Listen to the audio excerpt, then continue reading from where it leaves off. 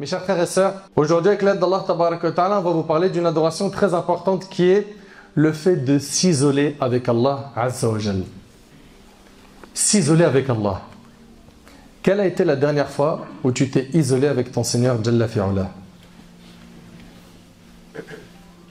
Est-ce que tu ressens de la joie quand tu es seul dans ta chambre, chez toi, que tu n'es pas entouré, que tu es loin de ton téléphone ou qu'il est éteint parce que tu n'as plus de batterie et tu dis enfin, je vais pouvoir m'adresser à mon Seigneur Azza wa Jal, m'isoler avec lui, l'invoquer, l'adorer?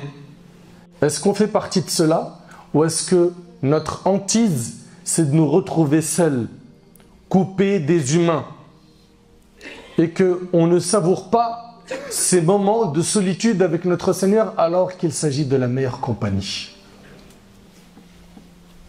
Alors qu'il s'agit de la meilleure compagnie.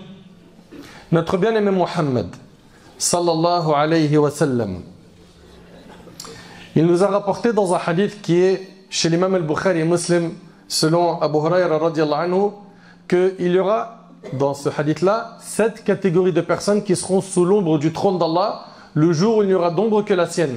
Et parmi ces 7 catégories, le prophète alayhi salatu wa sallam a cité un homme qui aura pensé à Allah dans la solitude et dont les yeux auront alors versé des larmes.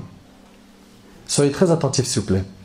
C'est un homme qui a pensé à Allah alors qu'il était seul et ses yeux ont débordé de larmes. Il a pleuré par crainte d'Allah. Il n'a pas pleuré pour se montrer parce qu'il y avait du monde dans la mosquée. Il s'est dit je vais leur montrer que je sais pleurer.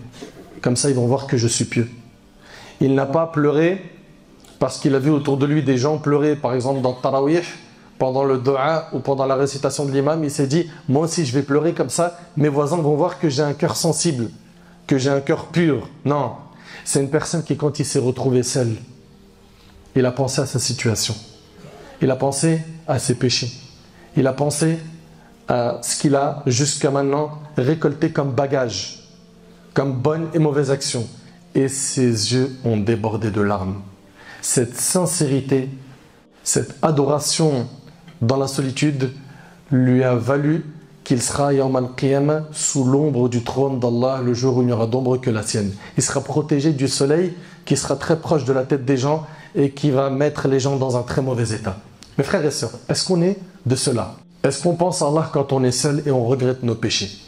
Est-ce qu'on fait le bilan de nos œuvres chaque jour, chaque instant? Est-ce qu'on se remet en question? Notre bien-aimé alayhi salatu wa sallam, il aimait s'isoler avec son Seigneur. Avant la révélation, mais également après. Avant la révélation, Aïcha radiallahu anha, son épouse, elle dit, plus tard, il se prit à aimer la retraite, c'est-à-dire s'isoler. Il se retira alors dans la grotte de Hira. Et c'est rapporté par l'imam al-Bukhari. Donc le prophète alayhi salatu wa sallam, avant la révélation, il allait dans la grotte de Hira, il quittait le monde des humains pour se retrouver dans la méditation, pour se retrouver à Hira à méditer et à s'isoler avec son Seigneur Jalla fi'ula. Et quand il a reçu la révélation, alayhi salatu wassalam, il a continué à s'isoler. D'ailleurs, qu'est-ce qu'il faisait? Lui qui était très demandé à son époque, c'était l'enseignant, n'est-ce pas? C'était le gouverneur, c'était celui qui réglait les litiges. Les gens revenaient vers lui, il lui posait des questions. Et avec cela, pendant Ramadan, les 10 derniers jours, il faisait quoi? L'i'tikaf, la retraite spirituelle. Il s'isolait avec son Seigneur. Il s'isolait pour invoquer Allah, pour se rapprocher encore plus d'Allah Tabaraka wa Ta'ala. Ça, c'est dans Ramadan, l'i'tikaf. C'est rapporté par Bukhari et Muslim, selon Aïcha radiallahu anha. Et sachez une chose, subhanallah, le hadith que je vais vous citer, il est vraiment impressionnant. Il est rapporté par l'imam Ibn Hibban, et c'est Aïcha également, son épouse radiallahu anha, qui le rapporte. Au cours d'une nuit, Aïcha nous rapporte que le prophète sallallahu alayhi wa sallam lui a dit, laisse-moi adorer mon Seigneur. Donc ils sont ensemble dans la même chambre. Il est avec son épouse, celle qu'il aime énormément. D'ailleurs, quand on lui a dit, qui est la personne que tu aimes le plus, il a dit quoi? Il a dit Aïcha. Quand on lui a dit que d'autres, il a dit Abu Bakr. On lui a dit que d'autres, il a dit Omar. C'était la personne qu'il aimait le plus, Aïcha, son épouse. D'ailleurs, quand il était dans sa maladie de mort, il avait demandé à ses épouses d'aller se faire soigner chez qui? Chez Aïcha, radiallahu anha. Il lui a dit, laisse-moi adorer mon Seigneur. Il quitte sa bien-aimée, l'épouse qu'il aime le plus. Et il a besoin de s'isoler avec Allah. et lui dit laisse-moi adorer mon Seigneur. Elle lui a dit, regardez ce qu'elle lui a dit. Elle lui a dit je jure par Allah que j'aime être à côté de toi et j'aime ce qui te fait plaisir. Puis elle dit, il se leva, accomplit ses ablutions et se mit à prier. Il a besoin de s'isoler avec Allah. Il se mit à pleurer jusqu'à ce que je vis ses larmes atteindre ses hanches. Puis il pleura jusqu'à mouiller sa barbe. Puis il pleura jusqu'à mouiller le sol. Bilal entra, Bilal qui était le mu'adhin, celui qui faisait l'adhan, et il lui a demandé la permission de faire le adhan de la prière de subh. Et il lui a dit, pourquoi pleures-tu alors qu'il t'a été pardonné tes péchés passés et futurs? Et il répondit, ne serais-je point un serviteur reconnaissant? Il m'a été révélé cette nuit un verset, malheur à celui qui le récitera sans le méditer. Le verset suivant, Inna fi khalqis samawati wal ard wa ikhtilafil layli wan nahar la ayatin li ulil albab al-aya. Donc ici, il a dit qu'il a reçu un verset, malheur à celui qui le récite sans le méditer. Inna fi khalqis samawati wal ard. Il y a dans la création des cieux et de la terre, dans l'alternance du jour et de la nuit, des signes pour ceux qui réfléchissent. Mes chers frères, mes chères sœurs, quand est-ce qu'on va s'isoler pour méditer sur les nombreux bienfaits qu'Allah subhanahu wa ta'ala nous a accordés? Quand est-ce qu'on va s'isoler avec Allah subhanahu wa ta'ala pour méditer sur les bienfaits qu'il nous a donnés, pour méditer sur nos péchés, pour améliorer notre situation, pour demander pardon à Allah tabarak wa ta'ala, pour renouveler notre engagement de bien l'adorer, subhanahu? Quand est-ce qu'on va s'isoler? On va prendre un moment et on va s'écarter des gens, s'isoler des gens pour pouvoir implorer notre Seigneur Azza wa Jal. Quand? Hubayb, Abu Muhammad, il s'isolait chez lui et il disait, quiconque n'a jamais ressenti de joie en ta présence ne sait pas ce qu'est la joie. Allahu Akbar. Regardez ce qu'il dit à son Seigneur Azza wa Jal. Quiconque n'a jamais ressenti de joie en ta présence ne sait pas ce qu'est la joie. Il n'a jamais connu la joie. Et il a dit, et quiconque n'a pas été dans ta proximité n'a pas connu de proximité. On a besoin aujourd'hui, dans cette routine que l'on a, métro, boulot, dodo, que tout le monde connaît par cœur, où un tel il est toujours au travail, ou quand il rentre du travail, on est comme des robots, des machines. À chaque heure, tu fais quasiment la même chose que la veille. Des robots. On a besoin de casser cette routine et de nous isoler avec Allah. D'invoquer Allah, de l'adorer comme il le faut, de faire de l'istighfar, du dhikr, de lire le Coran, de multiplier les prières. Je parle ici des prières surrogatoires. Chacun d'entre nous doit faire le compte avec son âme. Allah Ta'ala il nous dit, Ya ayyuhalladhina amanu, ittaqullah wal tanzur nafsum ma qaddamat lighad. Ô vous qui avez cru, craignez Allah, que chaque âme voit bien ce qu'elle a avancé pour demain. Vous savez, ce moment de solitude avec Allah, c'est un moment qui est apprécié. C'est une saveur, un délice chez les pieux, chez les pieuses, chez ceux et celles qui aiment du plus profond de leur cœur Allah. Et ce n'est pas des paroles, ils le manifestent par leurs œuvres, par la multiplication des bonnes actions. Et puis, c'est de cette manière-là, en t'isolant, que tu vas progresser spirituellement, que tu vas passer d'une étape spirituelle à une autre, jusqu'à atteindre al-ihsan, l'excellence, celle dont le prophète alayhi salatu wassalam a dit l'excellence, c'est que tu adores Allah comme si tu le voyais, car si tu ne le vois pas, certes lui te voit. Mais pour pouvoir atteindre cette excellence, il va falloir que tu fasses des efforts. Et on le sait qu'aujourd'hui c'est très difficile de s'isoler. Pourquoi? Parce qu'on est pollué psychologiquement parlant. On est pollué par quoi? Par les écrans. Les écrans.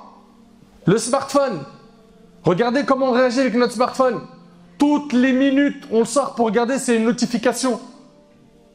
Pour regarder les réseaux sociaux. Pour regarder les stories des gens. Les commentaires des gens. Est-ce que j'ai eu un like? Est-ce que j'ai eu un commentaire? Qui a dit quoi? Mais tu es pollué psychologiquement. C'est normal que c'est très difficile pour toi de t'isoler avec Allah. Tu es un brouilleur. J'en ai déjà parlé de ça dans mes conférences. Dans les mosquées, des fois, il y a des brouilleurs. Ce brouilleur-là, cet appareil fait qu'il n'y a pas de réseau. Tu ne captes pas. Il y en a, ils n'arrivent pas à capter le réseau spirituel. Pourquoi? Il y a un brouilleur, c'est le smartphone. Il leur pollue l'esprit. Ils prient, ils pensent au smartphone. Ils pensent à la dunya. Ils pensent à l'argent. Ils pensent à ses amis. Ils pensent à sa famille. Quand est-ce que tu penses à Allah? Quand? Même dans la salate. Il y en a certains qui ne pensent pas à Allah. Dans la salate. Mais c'est à quel moment que tu vas penser à Allah si dans la prière tu n'y penses pas? Chacun d'entre nous doit donc se remettre en question. On doit donc enlever ce brouilleur de notre cervelle, l'amour de la dunya, de la renommée, de la célébrité, les téléphones, les écrans, les tablettes, les ordis, les télés, les matchs, à tout va. Il a fini un match, maintenant il regarde les commentaires. Il commente lui-même. Un match, c'est plus 1 heure et quelques, non, c'est 5 heures. Il y a le bloc d'avant le match, il est déjà en train d'écrire, et après le match, il écrit encore, il commente, et il regarde et il lit. Un tel, il a dit quoi? Ah, lui, il a réagi. Ah, lui, il a fait une vidéo, il a parlé sur tel joueur. Et à quel moment tu reposes ton âme en te connectant à Allah tabaraka wa ta'ala, en t'isolant? Je sais qu'il y en a parmi vous qui sont peut-être surpris, peut-être choqués d'entendre ce discours parce que jamais ça leur a traversé l'esprit de s'isoler avec Allah tabaraka wa ta'ala. Et pourtant, on s'est déjà retrouvé seul plein de fois, chez nous ou ailleurs. Est-ce qu'on s'est dit, Allahu Akbar, un peu de temps, je suis tout seul, à l'abri du regard des gens, là on va pouvoir faire quelque chose de sincère. Allez, je lève les mains, j'invoque Allah. Ça a déjà été notre réflexe. Ça a déjà été ton réflexe de te dire, il n'y a personne autour de moi, je suis tout seul à l'abri du regard des gens, je vais ouvrir le Coran, je vais lire, je vais le méditer, je vais tout faire pour craindre Allah subhanahu wa ta'ala, je vais faire verser des larmes aujourd'hui par crainte d'Allah, je vais multiplier le dhikr d'Allah. Est-ce qu'on est de cela? On a besoin de nous couper de temps en temps des gens. Il y a trop de monde autour de nous. Que ce soit sur le smartphone ou autour de nous, on est toujours trop entouré. Il y a beaucoup de gens, ils sont trop entourés. Et il nous faut une coupure. Une coupure pour nous rapprocher d'Allah tabaraka wa ta'ala. Muslim ibn Yasar, rahimahullah, il a dit, aucun bonheur n'est plus appréciable que de s'entretenir en privé avec son Seigneur. Vous recherchez le bonheur? Vous payez des fois des destinations qui coûtent très cher pour aller au fin fond de l'Asie, pour vous retrouver dans un bel endroit, avec le soleil, dans des beaux hôtels, à manger des très bons repas, en vous disant, je vais enfin avoir le bonheur. Le bonheur, il est devant toi. Isole-toi avec Allah. Isole-toi avec Allah. Fais le dua. Invoque Allah. Adore-le. Tu vas voir ton cœur comment il va ressentir. Tu vas voir dans quel état va être ton cœur. Il sera épanoui, comblé. Comblé. Muslim ibn Yasar, je le répète, il a dit, aucun bonheur n'est aussi appréciable que de s'entretenir en privé avec son Seigneur. Aujourd'hui, malheureusement, je le répète, le téléphone portable, il a pris une trop grande place. Au point où quand quelqu'un il voit qu'il a 3% de batterie, 2% de batterie, il fait un malaise. Il fait un malaise, on dirait un drogué. Vous avez vu le drogué quand il va, excusez-moi de l'exemple, mais vous avez vu dans nos cités quand quelqu'un il vient pour se faire fournir de la drogue, comment il est dans un mauvais état, et là il cherche n'importe quel petit bout de drogue juste pour s'apaiser un peu. Et bien il y a des gens aujourd'hui qui sont devenus drogués de téléphone. Dès qu'il a plus de batterie, dès qu'il a presque plus de batterie, il cherche un chargeur comme quelqu'un cherche de la drogue. Il vient de voir comme un vrai drogué. Et il te parle comme un drogué, il me faut un câble s'il te plaît, il faut juste que je le branche vite s'il te plaît. Juste sauve-moi la vie. Mais pourquoi? C'est pour des appels urgents, c'est pour le travail, c'est pour ta famille? Non, même pas pour tout ça. C'est pour le Snapchat, pour Facebook, pour TikTok, pour Instagram. Ces applications t'ont mis dans cet état? Tu es devenu l'esclave des applications? Mais franchement, on n'a pas honte? Quand vous regardez un peu le report d'heures sur vos smartphones, ça vous fait pas peur? Quand vous regardez combien de temps vous êtes resté par jour ou par semaine? Et en parallèle, compte combien de temps tu as lu le Coran pendant cette semaine-là. Tu as fait combien d'heures de smartphone? 10 heures par semaine? 15 heures? 20 heures par semaine? Très bien. Et le Coran? 5 minutes. Vous trouvez ça normal? Et après on dit, moi j'aime le Coran, j'aime le dîn. Mais nous, la preuve? T'aimes ton smartphone, t'aimes les likes, t'aimes la vie des gens plus que le Coran. C'est pas normal ça. Et ça doit changer. Tire le frein. Sois pas un esclave de tes passions. Contrôle-toi.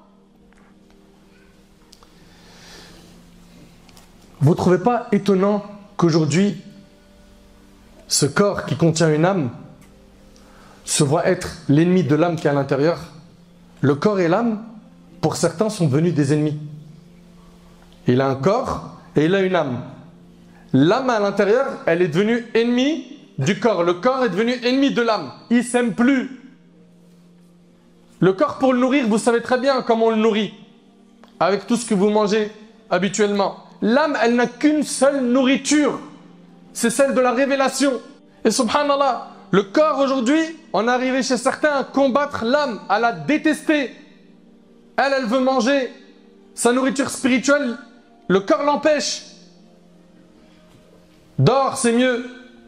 Reste en bas de l'immeuble. Va au café. Perds ton temps. Écoute des clips. Enchaîne des séries Netflix. Regarde des films. Wallahi l'azim, c'est triste. C'est triste de voir que le corps et l'âme sont devenus ennemis, alors qu'ils ne peuvent pas être ennemis chez le musulman, chez le clairvoyant, l'intelligent. Pourquoi? Parce que tu as besoin de nourrir les deux pour trouver l'équilibre dans ta vie, pour être en paix sur terre, assisté par Allah et pour être en sécurité le jour du jugement. Si tu veux le soutien d'Allah sur terre et dans l'au-delà, tu te dois de donner le droit à chaque chose. À Allah, en nourrissant ton âme. À ton corps, tu vas le nourrir comme il le faut, tu vas l'entretenir par le sport, tu vas lui donner les heures de sommeil qu'il lui faut, etc. Tu dois donner le droit à chaque ayant droit. Le musulman, il est équilibré.